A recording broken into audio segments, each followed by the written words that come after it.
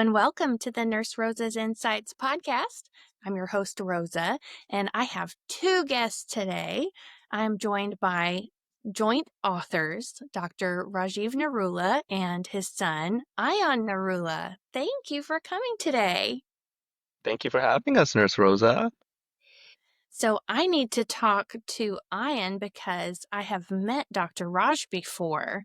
But Ayan, I need to ask you, why did you decide to write a book? Because I wanted to help other people around the world, so in case their family has a stroke, they could read the BEFAST book.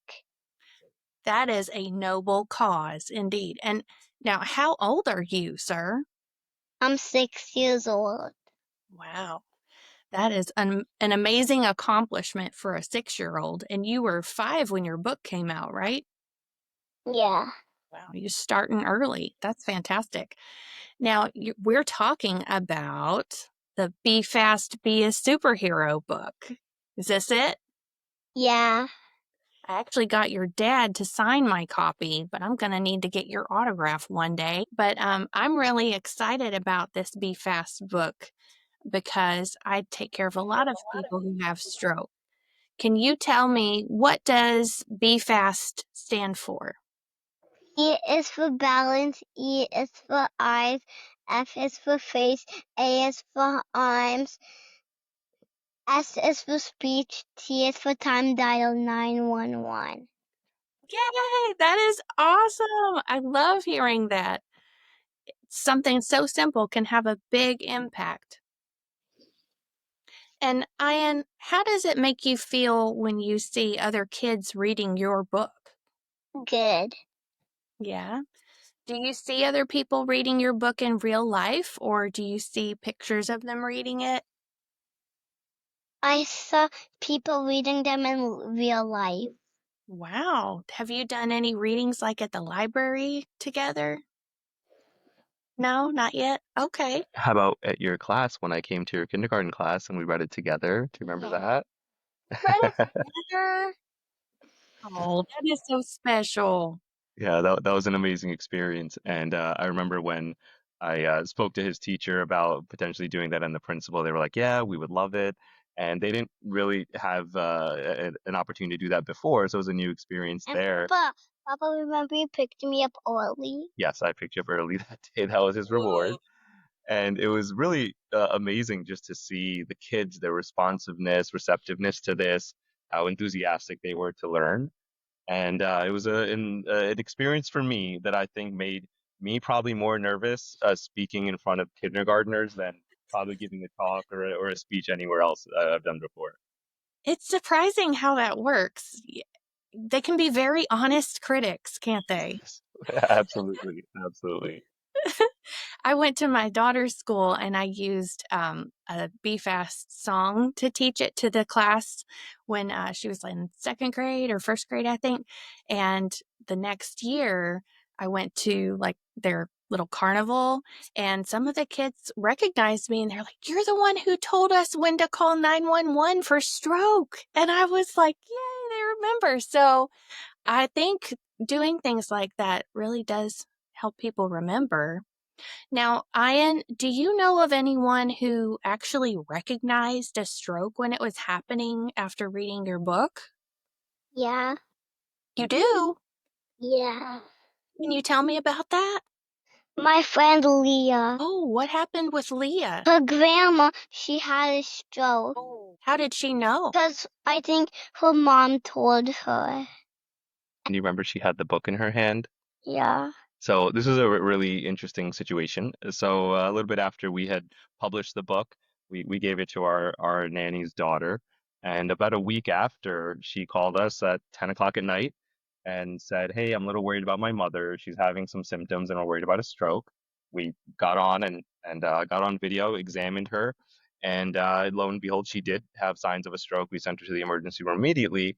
But in the background, we see her daughter, who's 7 years old, Leah. We're very proud of her, and she said the first time she saw her grandmother not feeling well, the first thing she did was say, "Go get the BFAST book." And the family went through the BFAST book page by page, looking at the signs and symptoms of BFAST. And then that's when they called me and said they were very worried about her. So it was a nice experience. And Ayan jumped out of bed when he saw that. And it was a nice experience for us to share together. Yeah. And a lot of the time people think strokes happen to other people, maybe that they don't know. But we see things like this all the time where it can affect anybody. So it was important for your friends and family to know. Yes, Rosa, that's kind of really what drove us to publish this. So in our house, he sees me as a stroke doctor, so I'm seeing patients, talking about patients, trying to do what we can, and he actually witnesses me seeing patients on video through telestroke and telemedicine, and these are things we talk about. And one of the things I realized was what we're talking about in our house is what we want everyone around the country to be talking about, because every 40 seconds in our country, someone's having a stroke.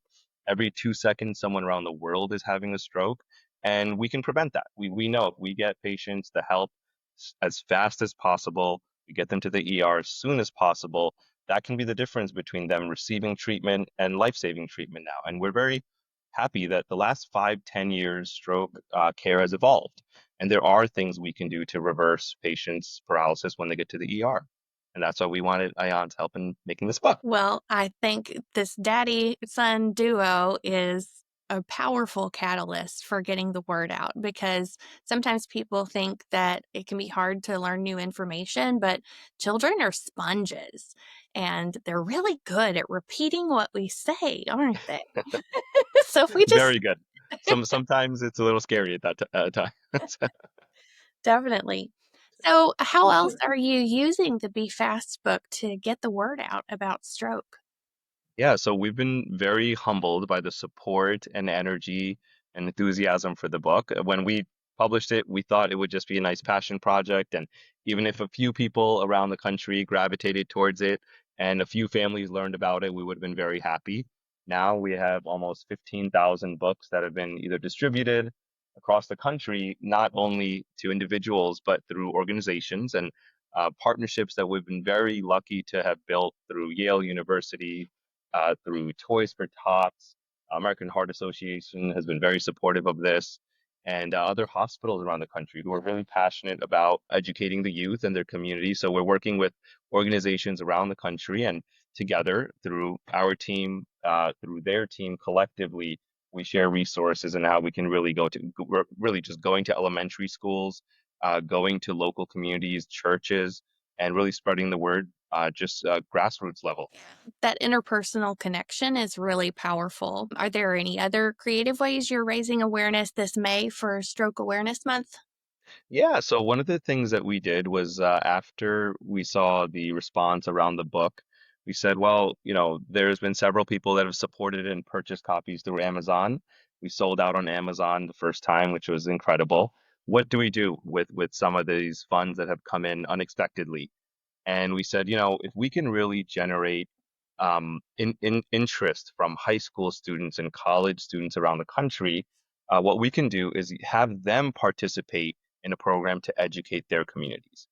And the way we think about this is if they're able to really learn about the signs and symptoms, if they're able to educate their local schools and elementary schools, these are children that will grow up, we hope, for the rest of their lives knowing the risk factors for a stroke, not only at their age today, but we hope and believe 5, 10, 20 years from now, they will have this knowledge where, God forbid, if there's any situation where they are out in public or out with some family or friends, holidays, there's a lot of family gatherings, and me, myself, and my colleagues are the ones that see these stroke patients coming in. Well, hopefully, they're now empowered with this knowledge lifelong, not only during this time period during childhood. Yeah, definitely.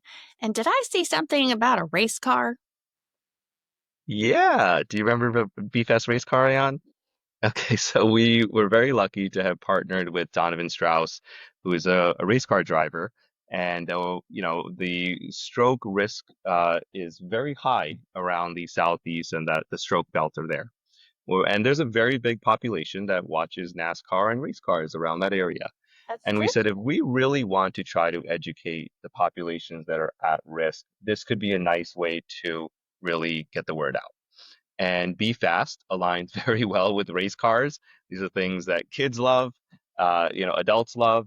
So if we can really get that message on a race car, that's something we thought would be powerful. And we're very lucky to have Donovan's support in this. And there are three races going on in the month of May during Stroke Awareness Month, where the whole race car has the words "Be Fast" on there, and they've been very supportive and helping us get that get the message out. Yeah. Yes. Yeah. So he said, "Do you remember you're supposed to take me to see the race car?" So we're going to Ooh, be going there at the end of this month on May 31st for one of the races in Virginia. So he's excited about that. that does sound exciting. And yeah, I never thought about going to a car race in Virginia because there's like the Indianapolis 500, but I guess you got to work your way up to that, right? Exactly, exactly. And you had a little car you were passing out at the conferences. I have one. I meant to bring it down here, but it's up by my china cabinet. It says Be Fast 45. Is it car number 45? So the 45 comes from for us as we know, the faster we respond to stroke patients, the faster we can help them. And all of our data and evidence supports the sooner we treat patients, the better their outcomes and recovery would be. And 45 stands for 45 seconds. And what we do in our work at Savaro Health, we provide stroke services to hospitals around the country with immediate access to a stroke specialist within 45 seconds. That's what the 45 stands for on the race car. And is the real race car number 45, or does it have a different number? Half of it. The real race car is number four. Oh, okay. Well, we're halfway there. That's Yeah, great. halfway there. We'll just hope it wins anyway. I ask every person who comes on the Nurse Rose's Insights podcast a special question about what they would do with $1 billion. Are you ready for this question? Are you ready for this question? Let's see. Let's see what Ayan says. Oh, okay. Well, here it is. If you were given a grant for $1 billion to meet the needs that you see in healthcare, how would you like to see it used strategically to make the most sustainable impact?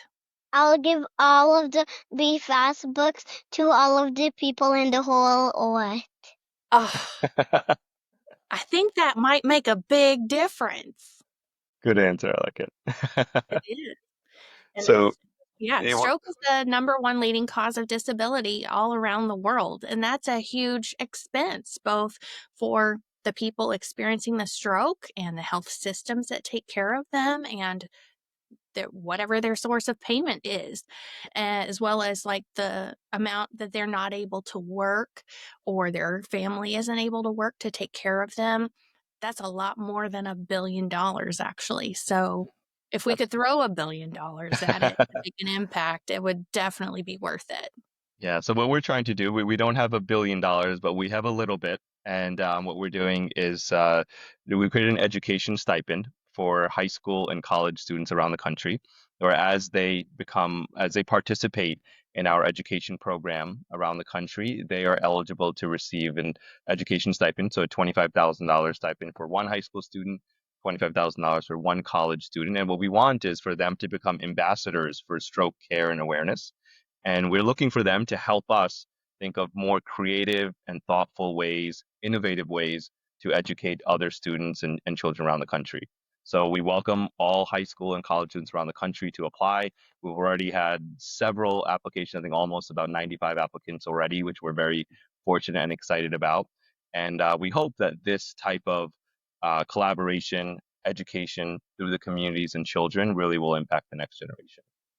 I think it will. I mean, once people find out how exciting stroke care can be, I think we might have more people who want to go into neurology because, I mean, you can actually reverse a stroke when it's treated quickly. And we want more neurologists in the country, right? We need more people that can go into neurology. Is the name of the program The Child? Yes, so it's called the Child Program, and it's a children's health literacy department. One of my amazing colleagues, who's also a stroke nurse, Chauncey, she oversees that department and the team, and we're working with Dr. Rachel Foreman, Dr. Rebecca DiBiase, and Sam at Yale University as well for this collaboration. And they've already started visiting high schools, and it's just been amazing to see the response of these kids. Yeah. Chauncey Evers, the nurse you were referring to, is how we met. She's my friend, and she has really spearheaded a whole movement with this. Partnering with a nonprofit here in Louisville, Kentucky, I would rather be reading in the development of this methodology to see how can we effectively use this book and communicate it. And so shout out to Chauncey because she is a great leader. And if they want to learn more about it, where should they go to? Is there a website yet? Yeah, absolutely. So they can email chld at savaro.com Okay. and to get more information about that program. And Chauncey has just been a fantastic champion and supporter, and she's so passionate about helping stroke and neuro patients. And she's been visiting schools around the country as well, along with the I Would Rather Be Reading team. And we've been so lucky to partner with them as well. And that's really what we're looking for, right? We just want to generate more energy around this. We know if there is more awareness about this, we can help people. And through this book, what we've also started learning and realizing is as parents are reading the book to their children, we're also hearing that they're educating themselves about the signs and symptoms of stroke as they're teaching their kids. So that's also been a little bit of that added benefit of this that we didn't really expect. And we started with, so as I started hearing that feedback, it was very nice to hear. I am just so inspired by this. Everybody who knows me knows that we're going to learn Be Fast any time of year, especially in May, which is Stroke Month. So this was so exciting for me to see come out last year, and I'll definitely be sharing it. And I really appreciate you guys making time to come on the podcast and let our listeners know how they can be part of it too. Thank you, Nurse Rosa. I mean, you have been, a champion for stroke patients for many years, and I know not only patients, but the caregivers as well, and all the work you're doing to help us in this industry move forward, take care of more patients, families around the country. We are all super grateful for all the work you're doing. So thank you for the support. Oh, thanks, Raj. And so, if you enjoyed this episode of the Nurse Rosa's Insights podcast, make sure to like and follow wherever you are listening. If it's on YouTube and you're watching the video, I hope so, because Ayan is such a cute author. You can't miss it. And then, or any audio platform like Spotify or Apple, make sure you leave a comment and let us know what you're going to do with this information. Are you going to get a book and read it to some kids you know? Or if you know another health innovator that needs to be spotlighted, feel free to reach out to me. I'm also on LinkedIn, and we'll have the links to the Be Fast, Be a Superhero book and Savaro in the show notes. So stay tuned, and I'll see you in the next episode.